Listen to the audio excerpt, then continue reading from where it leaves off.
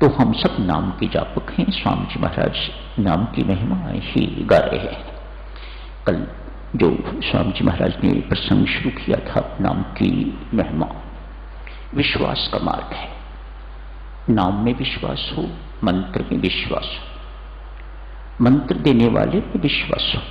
स्वामी जी महाराज में दीक्षा गुरु इन्हें कहा जाता है, इनमें विश्वास हो, इस दरबार में विश्वास हो, तो फिर साधक जनों मेरे जैसे के पास जाके आशीर्वाद मांगने की जरूरत नहीं पड़ती।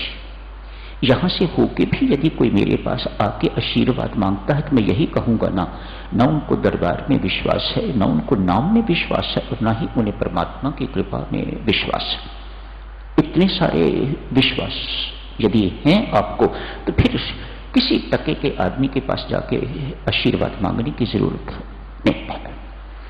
जो भी कोई इस काम के लिए साधक मेरे पास आता है, मैं झट समझता हूं कि ये विश्वासी व्यक्ति नहीं है। इसी आदमी में तो विश्वास है, लेकिन परमात्मा और परमात्मा की कृपा में विश्वास नहीं है। विश्वास तो नाम में होना चाहिए, मंत्र में होना चाहिए, परमात्मा की कृपा में होना चाहिए विश्वास। इस दरबार में विश्वास होना चाहिए। आप कहते हो ना श्री राम शरणम जा रहे हैं, श्री राम शरणम किसी व्यक्ति का नाम थोड़ी है, स्थान का नाम है। ये चीज हमें कहां से मिली? श्री राम शरणम से मिली। अब यही कहते हो ना, ये हमें ये सब कुछ जो कुछ मिला है, जो कुछ आज हमें है, वह श्री राम शरणम से हमें प्राप्त हुआ है। तो स्थान की महिमा है, ऐसा विश्वास साधक का होना चाहिए। तो फिर आप सिरसा से आए हो, रेवाड़ी से आए हो, इधर से आए हो, उधर से आए हो, तो फिर जगह जगह टक्करे मारने की जरूरत नहीं पड़ती, जगह जगह जाके आशीर्वाद मांगने की जरूरत नहीं पड़ती। आज ये प्रसंग आपकी सेवा में क्यों अर्ज किया जा रहा है? इसलिए हम सब देवी और सज्जनों नाम के उपासक हैं, और नाम के प्रति 10 अपराध ऐसे हैं जिनको ठीक करने में ही हमारी नाम की कमाई नष्ट हो जाती है, उसी में लग जाती है। एक उनमें ये भी है, नाम में अविश्वास। नाम के प्रति यदि भ्रम हो जाए साधक जनों, अविश्वास हो जाए, जैसे परमात्मा की कृपा का पात्र कौन? जिस व्यक्ति को परमात्मा की कृपा पर विश्वास है। आपका विश्वास हिला नहीं तो परमात्मा की कृपा उड़ी नहीं। ठीक इसी प्रकार से ये बात नाम के लिए भी साधक जनों सत्य है। नाम की कृपा में, नाम भगवान है। नाम की कृपा में यदि आप तनिक भ्रमित हो गए, पता नहीं ये नाम से हुआ है या दवाई से हुआ है या अमुक डॉक्टर से हुआ है, बस समझ लीजिएगा कि नाम की कृपा आपसे उड़ गई। आपको इस अपराध के बदले इस अपराध को ठीक करने के लिए बहुत सारी नाम की कमाई करनी पड़ेगी, तब जाकर ये अपराध परमात्मा क्षमा करेंगे, नाम भगवान क्षमा करेंगे। 10 अपराध हैं साधक जनों नाम के प्रति। एक मुख्य अपराध आपके सामने रखा है, दूसरा इतना ही मुख्य। इन दोनों के लिए संतों महात्माओं ने कहा है, इन 2 अपराधों पर राम रुष्ट हो जाते हैं। ये शब्द इनके लिए प्रयोग किए हुए हैं, और फिर उन्हें मनाना इतना आसान नहीं है। एक दफा राम रुष्ट हो गए, उन्हें मनाना इतना आसान नहीं है। भले ही मैं हमेशा कहता हूं राम कभी रुष्ट नहीं होते, लेकिन मैं तो बड़ा अनजान हूं, मैं तो बड़ा छोटा हूं, बहुत तुच्छ, मेरी क्या औकात है? संत महात्मा फरमाते हैं नहीं, जिसको नाम में अविश्वास, जिसको नाम में भ्रम पैदा हो जाता है, परमात्मा उससे रुष्ट हो जाते हैं, नाम भगवान उससे रुष्ट हो जाते हैं। गुरु, दीक्षा गुरु खास कर लिखा हुआ है, दीक्षा गुरु की निंदा, अपमान, आलोचना, इससे भी राम रुष्ट हो जाते हैं। 10 में से साधक जनों 2 के नाम ही आपकी सेवा में अर्ज किए जा रहे हैं। मेहरबानी करके, हो सकता है आज ये प्रसंग इसलिए लिया गया कि हमें सबको इन बातों का पता ना हो, अतएव आपको अवगत करवाया जाता है। इन 2 अपराधों के प्रति बहुत सचेत रहिएगा, बहुत सतर्क रहिएगा, बहुत सावधान रहिएगा। इन अपराधों को क्षमा करवाने के लिए, दूर करवाने के लिए बहुत सारे नाम की कमाई आपकी चाहिए। तब जाके ये अपराध कहीं क्षमा होते हैं, तब जाके परमात्मा की रुष्टता जो है वह ठीक होती है। कल आपसे अर्ज की जा रही थी नाम की महिमा। नाम की महिमा के अंतर्गत आपने कल देखा, कलयुग एक संत महात्मा के पास ब्राह्मण का रूप धारण करके गया था। जाके कहा, अपना परिचय दिया, संत जी मैं कलयुग हूं, इस वक्त मेरा राज्य है, मेरा आधिपत्य है सबके ऊपर। आपके लिए बेहतर यही है कि मेरे से बना के रखो, जैसा मैं चाहता हूं वैसा करो, अपनी मनमानी ना करो, राम राम ना जपो, दूसरों को राम राम जपने के लिए प्रेरणा मत दो, इससे उनका बल बढ़ता है, इससे उनकी आस्तिकता में वृद्धि होती है। मेरी चाल उन पर चलती नहीं, जो मैं उन पर चलाना चाहता हूं वह मेरी बात मानी नहीं जाती, मेरी चलती नहीं उन पर।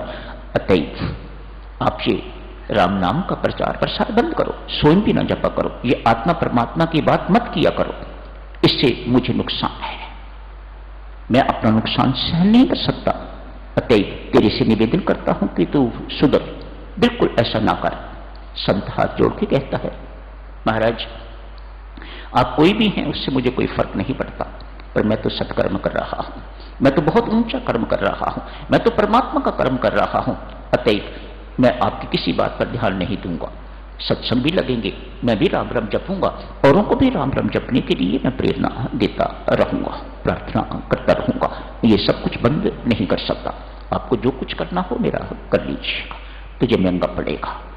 आपने देखा अगले ही दिन ऐसे ही लोग बैठे हुए हैं, संत बैठा हुआ है, एक व्यक्ति आया है, आके कहता है, बाबा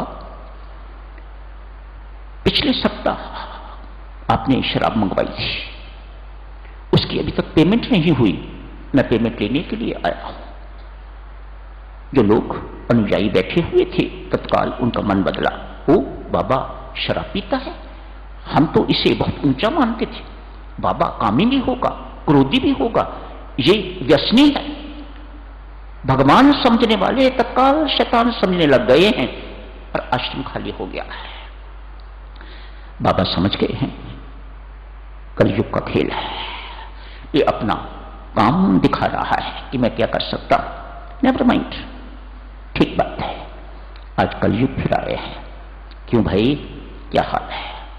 ठीक है महाराज, बिल्कुल स्वस्थ, सब परमात्मा की कृपा है। जिसके राज्य में रहता हूं उसकी अपार कृपा है। मैं राम राज्य में रहता हूं, मैं आपके राज्य में नहीं रहता। आपका राज्य तो आज कलयुग का है, कल सतयुग आएगा, त्रेता आएगा, द्वापर आएगा, युग बदलते रहते हैं, राज्य बदलते रहते हैं, पर मेरा राज्य तो शाश्वत राज्य है जिसमें मैं काम करता हूं, वह राम राज्य, और वह राज्य बिल्कुल बना हुआ है। तू चाहे, तू मेरा और प्रताप देखना चाहे तो कल ही देखना, यदि मेरे साथ तू बना के रखे, मेरी बात को माने तो कल ही देखना, ये इस वक्त जो आश्रम खाली पड़ा हुआ है कल पहले से भी दुगने हो जाएंगे। वो कैसे? महात्मा पूछते हैं, कल दिखा दूंगा। आज एक कोड़ी कहीं रास्ते में पड़ा हुआ है, ऊंचे स्वर से बोल रहा है, कोई मेरी बात सुनो। स्वयं इतना दुख दर्द से पीड़ित है कि वह जा नहीं सकता, घिसटता घिसटता चलता है। अतएव लोगों को पुकार रहा है, अरे कोई मेरी बात सुनो, आओ मेरे पास, मुझे उस संत महात्मा के पास, वो जो उच्च कोटि का महात्मा है, जो वो महापुरुष, उसके पास मुझे ले चलो, मेरा रोग ठीक हो जाएगा। लोग इकट्ठे शुरू हुए, अरे वो तो व्यसनी है, वह तो शराबी है, तो कामी है, वह तो क्रोधी है, वह तो शैतान है इत्यादि। अरे नहीं, मुझे रात को परमात्मा आए थे, स्वप्न में आके कह गए हैं, यदि वह महात्मा तेरे ऊपर अपने हाथों से जल छिड़क देगा तो तेरा रोग ठीक हो जाएगा। लोग तमाशा देखने के लिए उस कोड़ी को महात्मा के आश्रम में ले गए। ऐसा ही हुआ, महात्मा ने थोड़ा सा जल लिया, मंत्रित किया, राम राम बोल के उस पर जल छिड़का, उसका रोग ही ठीक नहीं हुआ, जवान भी हो गया। वाह वाह शुरू, पहले वाह थी, बीच में अपमान आया, अब फिर वाह, कलयुग आ गए हैं, देख लिया ना मेरा प्रताप। कल तक जो शैतान समझ रहे थे आज फिर भगवान समझने लग गए हैं। इससे पहले जो भगवान समझते थे वह बीच में शैतान समझने लग गए थे। देख लिया ना मेरा प्रताप। संत कहते हैं देख लिया। क्या तुमने भी मेरा प्रताप देख लिया? राम राज्य का प्रताप देखा कि नहीं देखा? तो मान दे, अपमान दे, सम्मान दे, यश दे, अपयश दे, सफलता दे, असफलता दे, राम राज्य में रहने वाला बंदा उसे कोई फर्क नहीं पड़ता। ये राम नाम का प्रताप है, ये राम नाम की महिमा है। दुख प्रूफ हो जाता है, शोक प्रूफ हो जाता है, मान अपमान प्रूफ हो जाता है। जैसी घड़ी वाटर प्रूफ, शॉक प्रूफ, इसी प्रकार से राम नाम जपने वाला व्यक्ति दुख प्रूफ हो जाता है, शोक प्रूफ हो जाता है, अपमान प्रूफ हो जाता है, तिरस्कार प्रूफ हो जाता है। यदि नहीं हुआ तो यही कहना होगा अभी और अधिक नाम जपने की आवश्यकता है ताकि आप इस जगह तक पहुंच सको जहां में संत महात्मा पहुंचा हुआ है। खूब नाम जपते रहना है साधक जनों, इतना ही काम है हमारा। बाकी तो ये विश्वास रखिएगा नाम भगवान करेगा, नाम भगवान करेगा। सत्य तो ये है जो हम जप करते हैं वे भी वही करवाते हैं। ऐसा विश्वास हो तो उन्नति प्रगति बहुत तेज हो जाती है। मैं आ जाती है बीच में, मैंने इतना जप किया, अनुष्ठान रखा हुआ था, इतने करोड़ का, इतने लाख का, इत्यादि इत्यादि। जहां मैं बीच में आ जाती है देवियों सज्जनों, वहां परमात्मा पीछे हट जाता है। ठीक है भाई, तो